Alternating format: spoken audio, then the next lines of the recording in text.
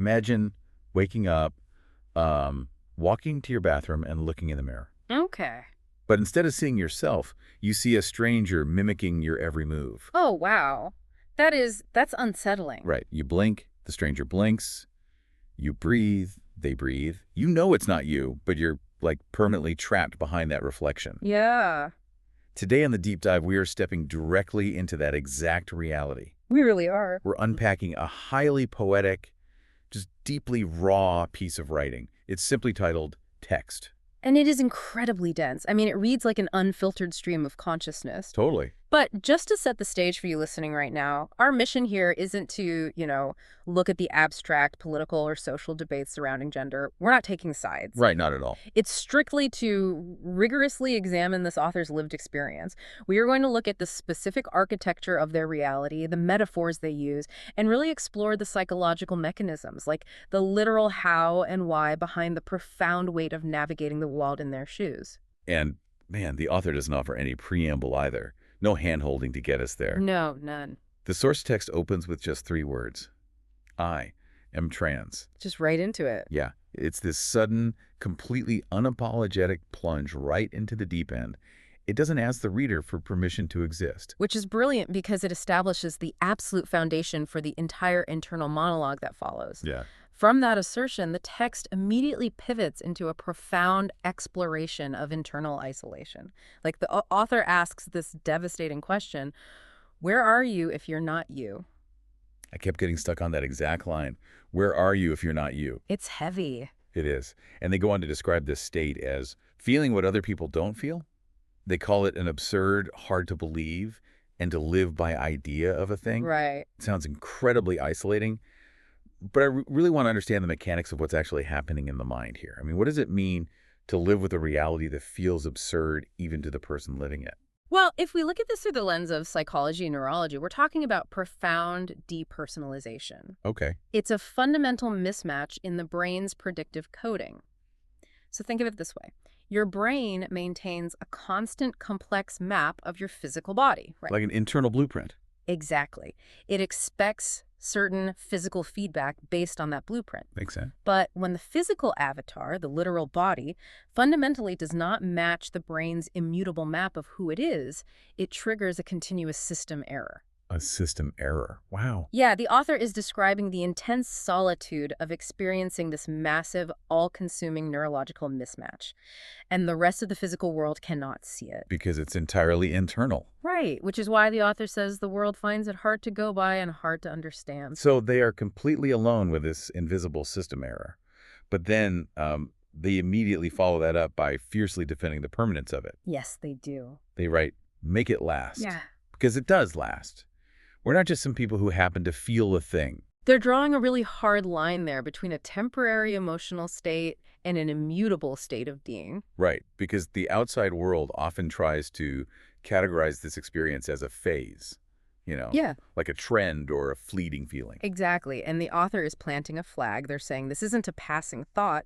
It is the fundamental architecture of my consciousness. And holding on to an absolute internal truth while the external world constantly tells you it's just a feeling, that has to do some kind of damage. Oh, absolutely.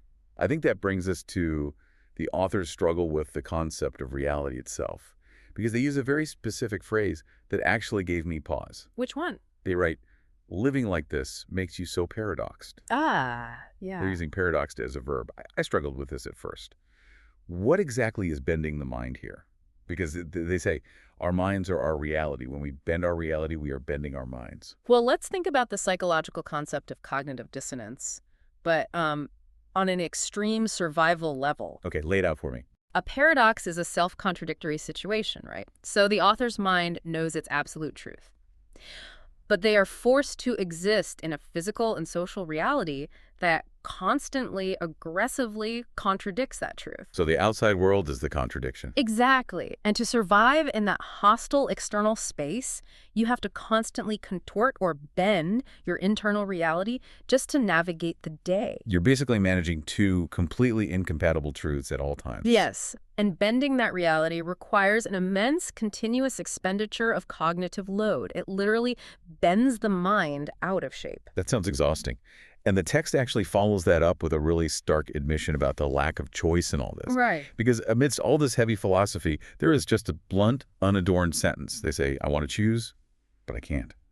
My reality is already bent. It It sucks. really hits hard. The illusion of choice is a major theme here. Yeah. Society frequently frames the transgender experience as like a debatable lifestyle choice. Right, something you just wake up and decide to do. Exactly. But the author is completely stripping that away. They are saying, look, I wish I had the luxury of simply choosing how I exist. But my brain's architecture is already set.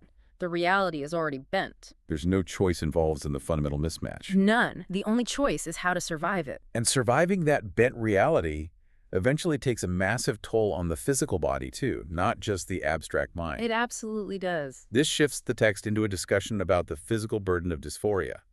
They make a sharp distinction between what we might consider standard depression and their specific experience. This is a crucial part. The text says, there's when you feel sad or depressed, and then there's when you feel sad or depressed in your own skin. Skins. The addition of the plural skins is so incredibly evocative. It really is. It suggests shedding layers or, feeling the unnatural, suffocating weight of the physical form they're trapped in. Let's try to put this into a different perspective for you listening. If we think about standard depression, it's a bit like running a computer that's been infected with a virus. Okay, I like this analogy. The system is sluggish, Yeah. right? Tasks take forever, everything is just bogged down. But ultimately, it's a software issue. Right. It's temporary, and with the right tools of therapy, it can be cleared out. The system can return to normal. The baseline is functional. Exactly. But being depressed in your own skin, experiencing dysphoria, isn't a software virus.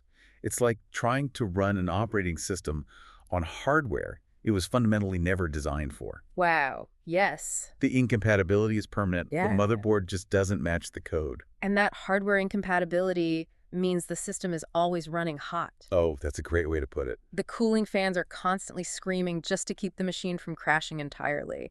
That translates to chronic physical and emotional exhaustion. Always running hot. Yeah. And consider what happens when a person is utterly exhausted running on incompatible hardware, and the people around them casually offer beginner-level advice on how to just be comfortable with the virus. Oh man, they get intensely defensive. Understandably so. The text actually violently shifts tone right at this point. The author suddenly snaps at the reader. They say, shut the fuck up, get off my level, I've already thought the thoughts, and I've already got the plots. Yeah, we are hearing pure intellectual fatigue there. Just totally burnt out. Completely. The author has spent their entire life analyzing their own existence just to survive it, when the outside world approaches them with basic armchair psychology. Like, have you tried yoga? Exactly. The author has zero patience left. They have already run every simulation, thought every thought, and plotted every possible outcome. Which naturally leads to a complete rejection of the societal structures that put them in this exhausting position in the first place. Right. The author brings up the metaphor of a box.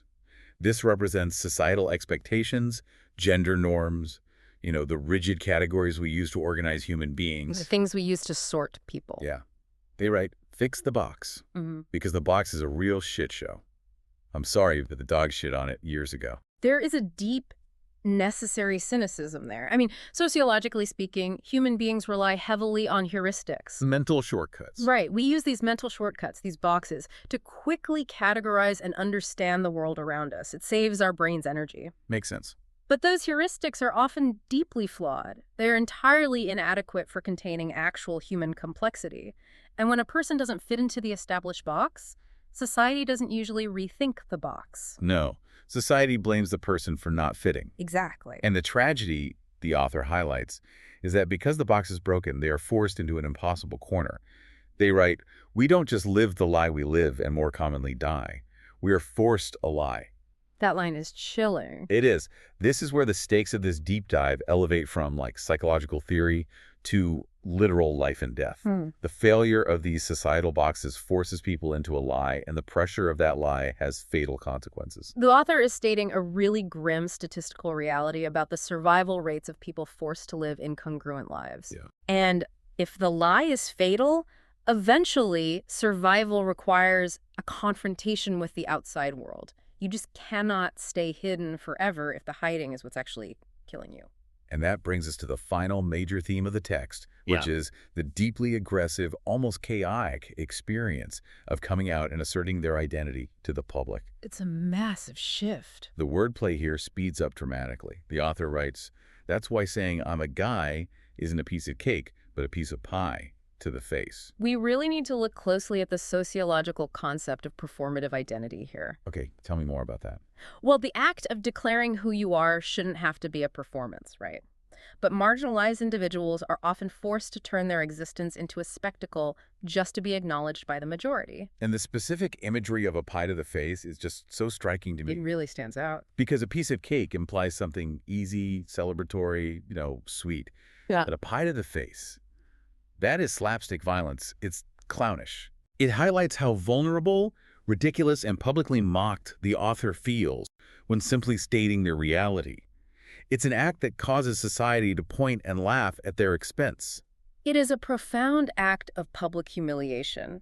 And the resentment stemming from that humiliation is just palpable in the text. Absolutely. The author watches people witness this painful truth and then try to appropriate it or destroy it. They write, "Face it, I'm forced to embrace it, but stupid little people try to chase it and break it.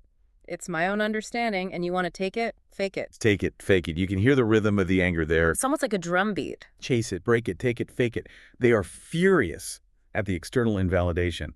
But they also reserve a very specific anger for the people who claim they do want to understand, but only on their own terms. Right, the conditional allies. Yeah. The author writes, "I'll replace this with a list." Oh, but you never like a twist. It makes you just all pissed. This cuts right to the core of how society consumes the pain of others. How so? The public demands a simple, easily digestible narrative. They want a neat checklist to explain the trans experience so they can put it back into a new, slightly adjusted box and just move on. Wow. Yeah. I mean, how often do we demand simple checklists from the people in our own lives just so we don't have to deal with their messy reality? Take a time. The public says, "Just explain it to me simply." So the author says, "Fine, I'll give you a list." But human reality is never a simple list. It has a twist. Always. And when the public encounters that twist, they get pissed because it ruins the simple gist they had built in their heads. They don't actually want the complicated truth. They want a sanitized version they can comfortably categorize. And the author flatly refuses to provide that sanitization. Good for them. Yeah, they will not water down their profound, hard-won understanding for a public that just wants to fake it. They completely refuse to make their internal reality palatable for a society that is either going to mock it with a pie to the face or try to break it to fit their own comfort levels. Looking back at the arc of this deep dive, we've covered immense psychological ground today. We really have. We started with the undeniable internal reality of the author's mind, completely isolated from the world. We unpacked the cognitive dissonance of having to contort and bend reality just to survive. The constant running hot. Exactly. We explored the exhaustion of running on incompatible hardware, carrying the weight of multiple skins. We saw how broken societal heuristics, those ruined boxes, literally force people into a life or death lie. Yeah. And finally, we arrived at the exhausting, performative humiliation of trying to communicate this existence to a world that demands simple lists and rejects the messy twist of real human life. It requires a lot of cognitive empathy to engage with a text like this. It does. For you listening, the true value here isn't in analyzing the political discourse surrounding gender. The value is in having the willingness to sit with the raw, uncomfortable humanity of the author's lived experience. Well said. Because behind all the loud cultural debates and the headlines, there are individual human beings navigating the heavy daily reality of their own internal maps not matching their external world. It is a profound psychological endurance test. It really is. And as we wrap up our exploration of the text, there is one final lingering detail from the very end of the piece that we need to leave you with. The ending is really something. Yeah. After all the anger, the frustration, the public humiliation, and the broken boxes, the author signs off. They clearly state that there is no happy ending here. They write, and you never forget what you didn't miss. Bliss. But not for any of us. It's a bleak, clear-eyed acknowledgement of their reality. There is no bliss. None. But then paradoxically, they end the entire piece with these exact words. I'll leave that with a kiss. Yeah. So I want you to mull this over as you move through the rest of your day. What does it actually mean to offer a kiss at the very end of a profound declaration of deep alienation, the absence of bliss, and intense societal humiliation. It's a huge contradiction. Is it an act of sarcastic defiance? Blowing a mocking kiss to a world that refused to understand the twist? Maybe. Is it a gesture of tragic ultimate grace in the face of immense suffering? Or is it perhaps a final sign of deep love and solidarity, directed toward a community of people who are out there right now surviving together in a bent reality?